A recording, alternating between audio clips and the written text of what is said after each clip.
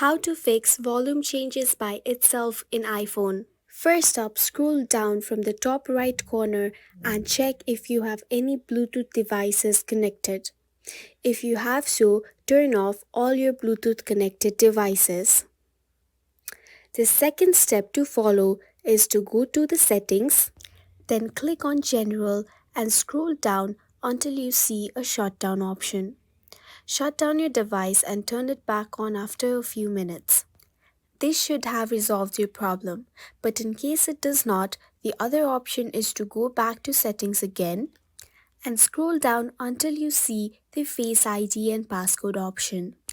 Click on it and enter your passcode.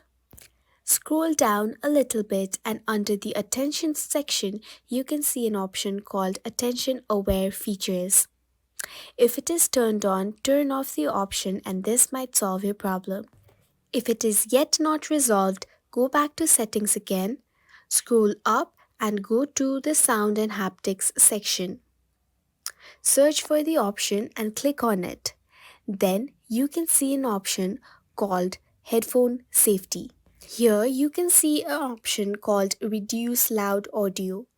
If you have the option turned on, make sure the option is turned off and this will solve your problem. And this is how you can easily fix your problem of volume changing by itself in your iPhone. We hope this tutorial helped you. Keep watching for more and subscribe to our channel.